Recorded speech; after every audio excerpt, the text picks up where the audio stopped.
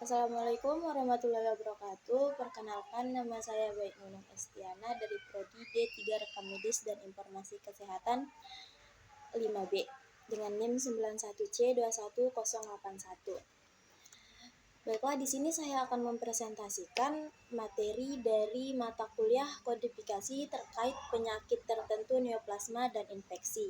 Yang pertama yaitu Other Bacterial Disease yang mencakup dari A30 sampai A49. Apa sih bakteri itu? Bakteri adalah organisme prokariotik yang membawa informasi genetiknya dalam molekul DNA sirkular berbentuk ganda. Infeksi bakteri adalah sel tunggal namun kompleks. Ia dapat bertahan hidup sendiri di dalam atau di luar tubuh.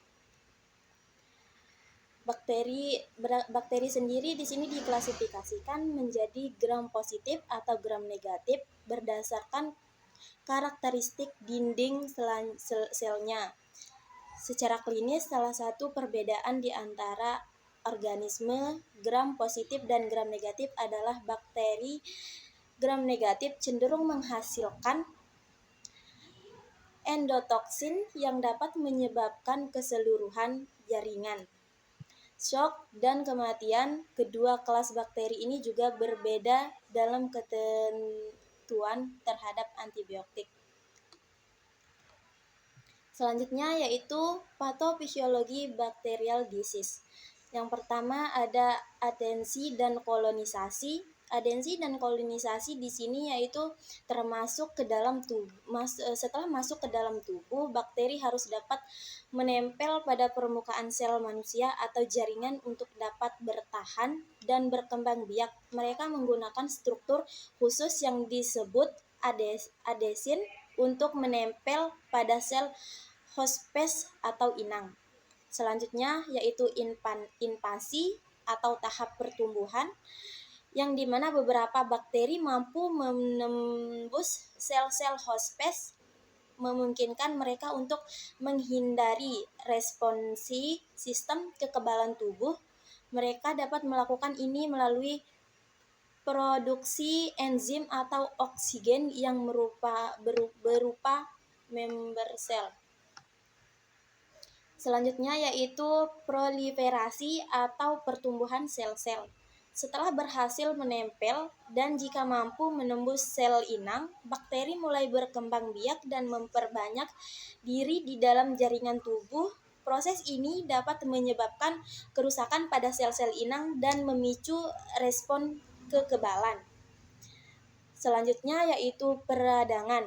Peradangan adalah proliferasi bakteri yang kerusakan sel inang menghasilkan respon peradangan. Sistem kekebalan tubuh merespon dengan mengirimkan sel-sel darah putih untuk memerang infeksi.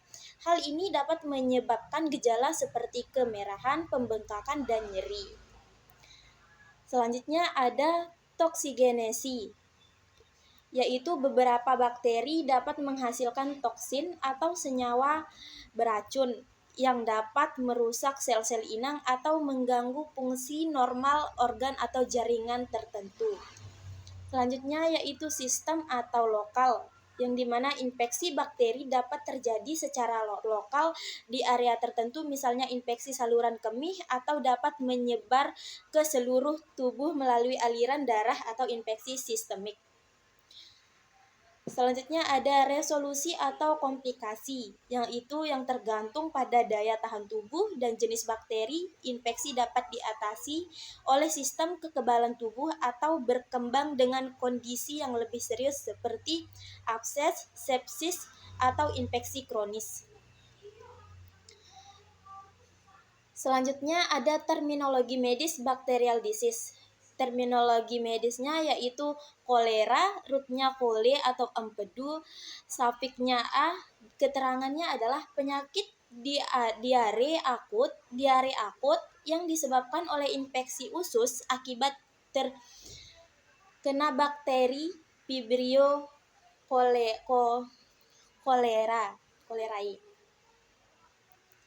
Yang selanjutnya yaitu tifoid pere.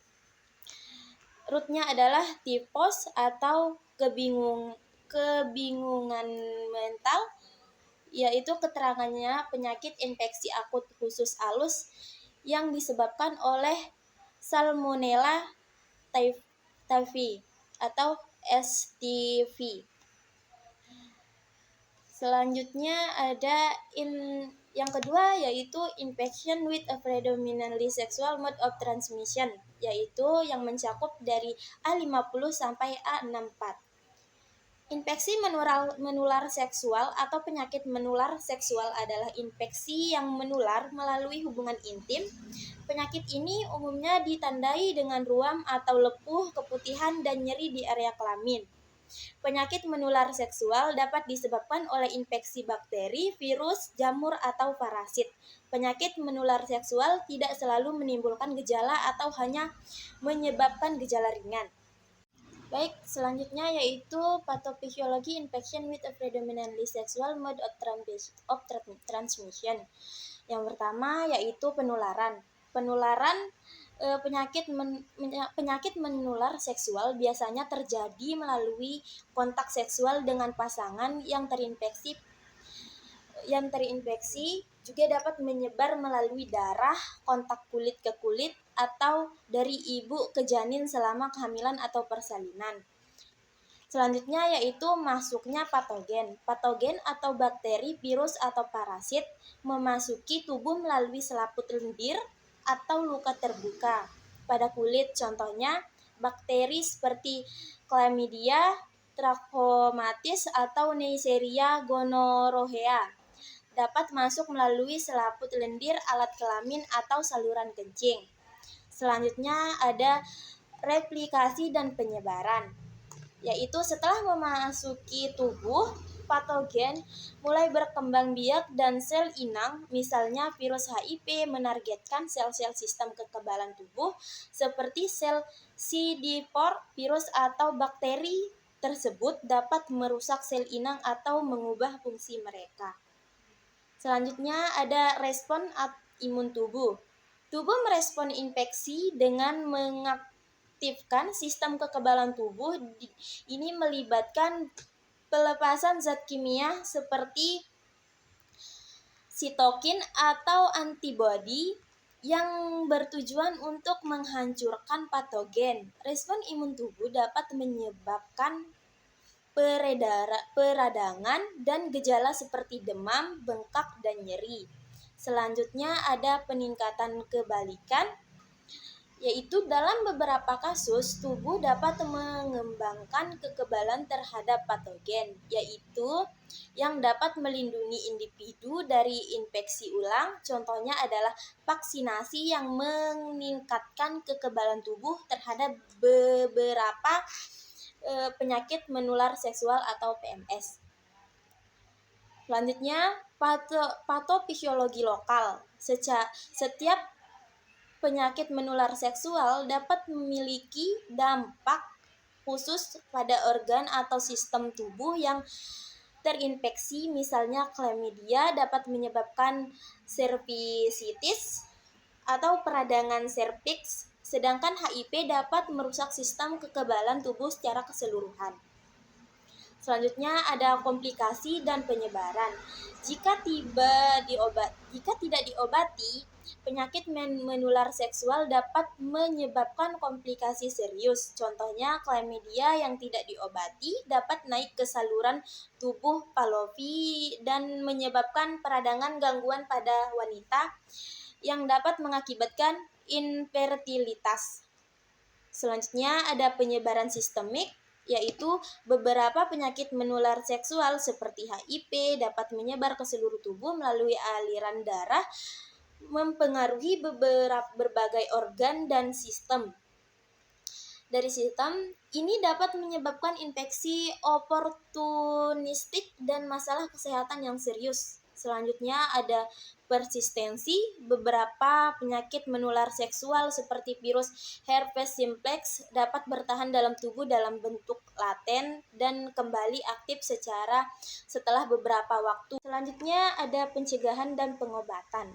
Penting untuk mencegah penyakit menular seksual dengan menggunakan praktik praktik seks yang aman, vaksinasi seperti vaksin HPV, dan menguji reguler pengobatan dini sangat penting untuk mengurangi risiko komplikasi dan penyebaran penyakit menular seksual.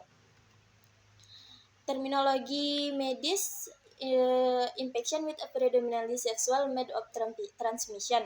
Yang pertama yaitu sifilis, terminologinya sifilis, rootnya sifil, keterangannya yaitu penyakit ini menimbulkan luka di alat kelamin atau mulut seseorang, dapat tertular sifilis jika kontak dengan luka tersebut.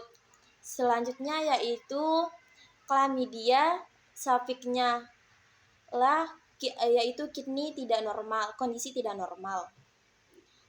Keterangannya yaitu penularan penyakit terjadi dari kontak dengan luka di area kelamin pada wanita, yang dimana Chlamydia menyerang leher rahim, sedangkan pada pria infeksi ini menyerang ke saluran urin atau penis. Selanjutnya yaitu yang ketiga, other spirochetal disease, yang dimana materi ini mencakup dari A65 sampai A69. Sprosaeta adalah bakteri gram negatif, spiral, panjang, tipis, dan motil, seperti pembuka tutup botol. Spirochetas merupakan kelompok bakteri unik dan beragam yang menghuni berbagai lingkungan seperti tanah, sedimen, laut dalam, arthropoda, dan mamalia. Ada patofisiologi other spirochetal disease, yang dimana patofisiologi penyakit yang disebabkan oleh spirochetal, terutama spesies Treponema dan Borrelia, dapat bervariasi tergantung pada organisasi yang terkena. Di bawah ini kita akan fokus pada patofisiologi penyakit yang paling umum terkait dengan spirochetal. Yang pertama ada sifilis atau Treponema pallidum, masuknya bakteri. Treponema pallidum ini memasuki tubuh melalui luka atau selaput lendir selama hubungan seksual atau melalui kontak langsung dengan lesi sifilis. Selanjutnya ada fase-fase sifilis. Sifilis memiliki 4 tahap utama: primer, sekunder, laten, dan tersier. Pada tahap primer, bakteri berkembang di lokasi masuknya dan menyebabkan ulkus genital atau oral. Pada tahap sekunder, infeksi menyebar ke seluruh tubuh dan dapat menyebabkan ruam kulit, demam, dan gejala lainnya.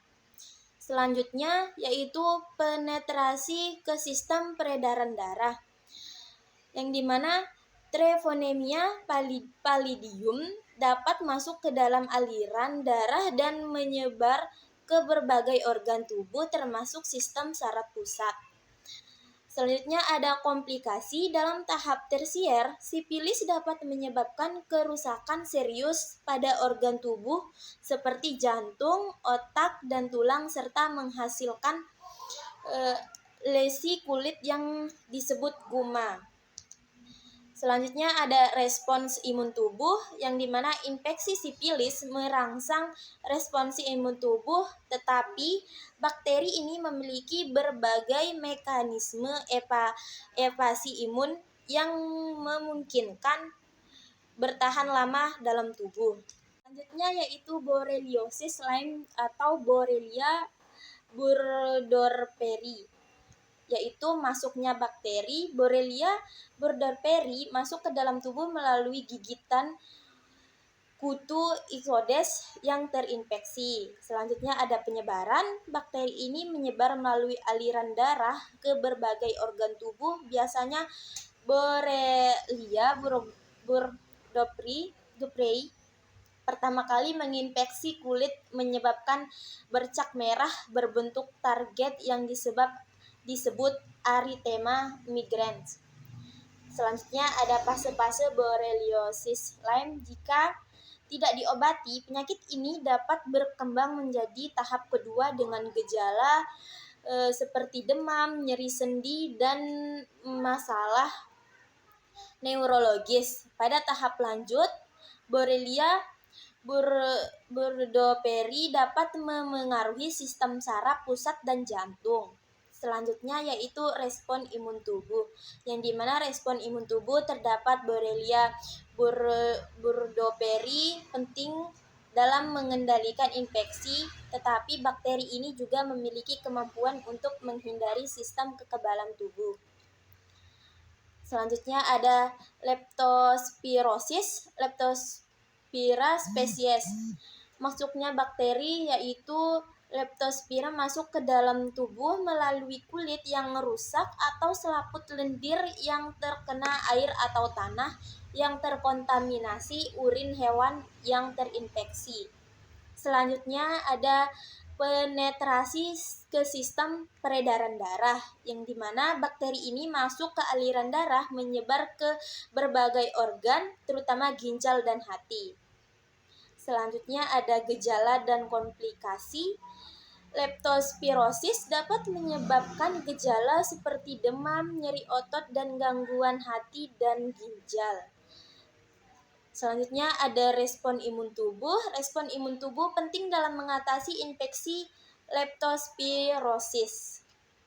Terminologi medisnya yaitu yang pertama terminologinya spirosete, rootnya spiroset atau bakteri spiral, sufiknya E, keterangannya yaitu bakteri berbentuk spiral atau spiral berfilin yang termasuk ke dalam kelompok filum Spirosetae.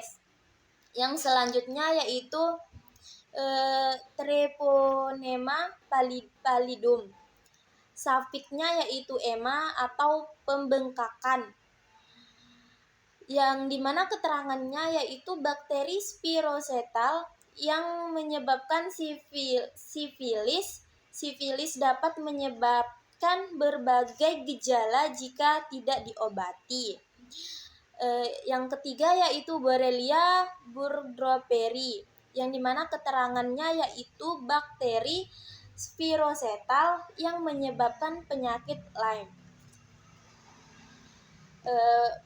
Materi selanjutnya yaitu other disease caused by chlamydia, yang mencakup dari A70 sampai A74, yang dimana chlamydia adalah penyakit menular seksual yang dapat dengan mudah menyebar melalui aktivitas seksual tanpa pengaman. Penularan penyakit ini pun tidak harus melalui cairan ejakulasi yaitu, tetapi juga cairan praejakulasi. Penyakit ini bisa menyerang pria maupun wanita dan ditularkan melalui hubungan intim, yang dimana bakteri ini dapat menginfeksi berbagai organ seperti mata, tenggorokan, leher rahim atau serviks dan seluruh saluran kencing. Selanjutnya yaitu pathophysiology other disease caused by chlamydia, yaitu yang pertama ada penularan, yang dimana penularan atau infeksi chlamydia biasanya ditularkan melalui kontak seksual dengan pasangan yang terinfeksi. Infeksi juga dapat menyebar dari ibu ke bayi selama proses persalinan. Selanjutnya ada masuknya bakteri bakteri ini setelah berkontak dengan selaput lendir yang rentan seperti leher rahim, saluran kencing, atau mata. Bakteri Chlamydia trachomatis akan masuk ke dalam selaput lendir. Selanjutnya ada fase intraseluler, yang dimana Chlamydia memiliki siklus hidup intraseluler yang unik. Setelah masuk ke dalam selaput lendir, bakteri Chlamydia dapat dalam bentuk elemen badan kecil yang disebut elemen badan terikuler. Ini memungkinkan mereka menghindari sistem kekebalan tubuh. Selanjutnya ada proliferasi dan penyebaran. Setelah masuk ke dalam sel elemen badan terikular, berkembang menjadi bentuk elemen badan terikular besar dan membelah melalui pembelahan biner. Sel inang yang terinfeksi akhirnya pecah dari dan melepas bakteri ke lingkungan sekitarnya. Selanjutnya yaitu respon imun tubuh, yang dimana tubuh merespon infeksi dengan mengaktifkan sistem kekebalan. Ini dapat menghasilkan peradangan lokal di area yang terinfeksi. Selanjutnya ada gejala dan komplikasi, yang dimana infeksi klamidia bisa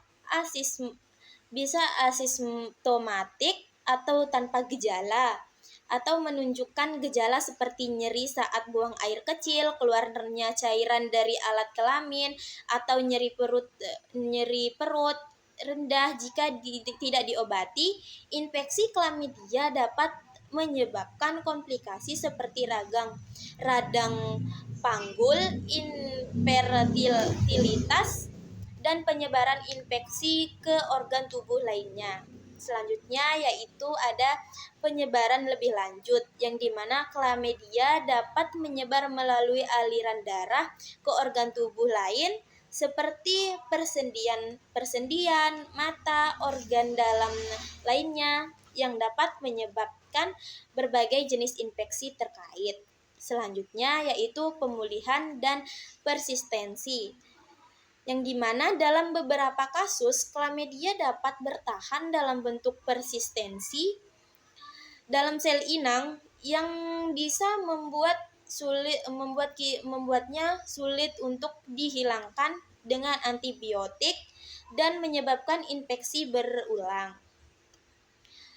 Selanjutnya ada terminologi medis other disease caused by chlamydia, yang dimana yang pertama terminologi medisnya yaitu Chlamydia trachomatis, yang di sini keterangannya yaitu nama ilmiah dari bakteri yang menyebabkan infeksi chlamydia. Selanjutnya ada cervicitis, rootnya yaitu cervix, suffixnya itis atau peradangan, yang dimana keterangannya yaitu peradangan leher rahim atau cervix. Selanjutnya ada trakoma, yang dimana rootnya trak atau pembengkakan mata, suffixnya itu oma atau tumor. Keterangannya adalah trakoma adalah infeksi mata yang disebabkan oleh Chlamydia trachomatis dan merupakan penyebab utama kebutaan atau infeksi pada dunia. Baiklah, hanya itu yang bisa saya sampaikan. Kurang dan lebihnya mohon maaf. Wassalamualaikum warahmatullahi wabarakatuh.